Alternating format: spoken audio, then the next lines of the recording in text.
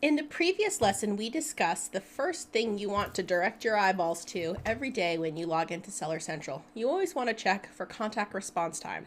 Next, the second thing on your list from a KPI standpoint should be looking for negative feedback. It's our least favorite, so let's dive into it. Negative feedback can sink your Amazon ship fast.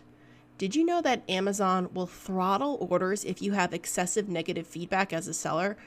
Did you also know that if you get a boatload of negative feedback, you can lose selling privileges to sell in certain categories during the fourth quarter? For example, if you're a fulfillment by merchant seller and you have too many negative shipping reviews, you will not be able to sell toys because those orders will be blocked by Amazon for the fourth quarter.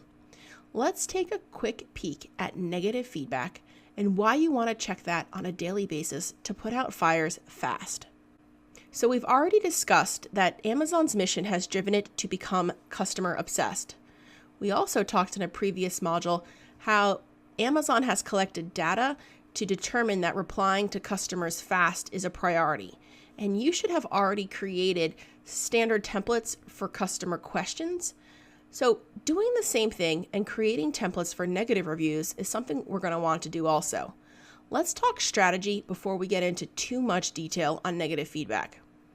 We already talked about getting customer responses fast, and we highlighted methods for creating templates to start that conversation quickly. In the e-commerce world, if you have sold on eBay, you know that in eBay world, the percentage of buyers that leave feedback is really high, but that's not so much the case with Amazon. In order to help you counteract negative feedback, having positive feedback is your first defense. Why? Well, it will help with the law of averages. Most people will not leave positive reviews if they have an average experience. However, if there is any blip in their buying experience that is slightly negative, you can expect a negative review. Having a bunch of positive reviews will help with the law of averages. Using a feedback email tool is a great way to get more positive reviews. So if you do get negative reviews, your overall average is still good. Most sellers know that negative reviews will also affect your sales on Amazon. A product that has a recent one-star review typically will see a decrease in overall sales. So in order to counteract negative review, there's 3 great providers that offer feedback solicitations for your Amazon customers: Feedback Genius, Managed by Stats, and Cash Cow Pro. Let's cover what the email should talk about. The email should be super basic. You want to add the order number to the email, and that's so that it's easier for you to find the customer's info and to keep a running record of the communication with the buyer. Now, you may also add a PDF as long as that attachment isn't selling something or taking the customer away from Amazon. Other than that, you have a lot of latitude, and that can help you thwart issues. For example, you can use that PDF to highlight product features or product use instructions. Create this document for each SKU that you have to help to avert future issues. You want to be proactive in this regard. You want to actively look at the SKUs that you private label and see if you have any negative feedback on a daily basis. Cash Cow Pro, for example, alerts you when a negative feedback is listed on one of your products. Thinking long term, if your items are fulfillment by Amazon or FBA, you do get a lot more leeway with shipping and shipping times. This is really good to know, especially in January when people have buyer's remorse, and it's more common to lose your seller privileges in the month of January based on negative feedback. So one of the ways you can do that is to request that Amazon remove negative feedback. To do that, open a new support case in Amazon Seller Central, select Account Settings on the left, then choose Orders, Customer Feedback Problems.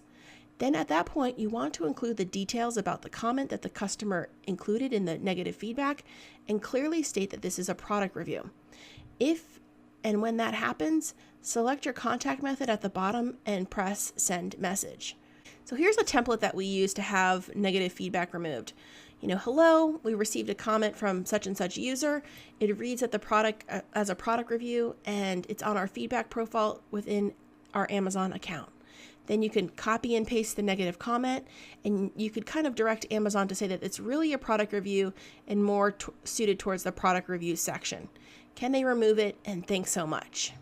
There's a really awesome tool that just came out recently that I highly recommend. It's called AMZ Suites, and it automates this entire negative feedback process for only $1.50 for each successful negative feedback to get removed. It puts the process on automatic, so there's one less thing for you to risk with your account health. When someone in my mastermind group shared this, I said, hello, sign me up. Now, let's learn a little bit more about this suite tool. Within AMZ Suite, there's a function called Feedback Sentry, and Amazon sellers in the past have had to manually request feedback removal for every neutral or negative review that did not pertain to them as a seller. Thankfully, that time is now past. With Feedback Sentry, it's designed to automatically monitor a seller's account for negative or neutral feedback and automatically submit a removal request for any feedback that violates Amazon's feedback policy. So if you do get negative feedback and it sticks, whether it's product review feedback or seller feedback, Karen Thomas has this covered in her conversion course about responding to negative feedback. She recommends that you always keep it positive, keep it personal, and use the customer's name, and above and beyond, she really stresses staying positive.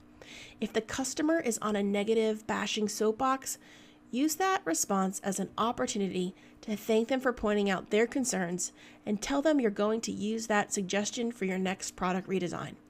Some people are just grumps and there is nothing that will make them happy, but you can use it as an opportunity to highlight your best-in-class customer service to other potential customers. We've covered contact response time and also negative reviews. We're going to switch gears, and in the next lesson, we're going to cover customer shipping issues.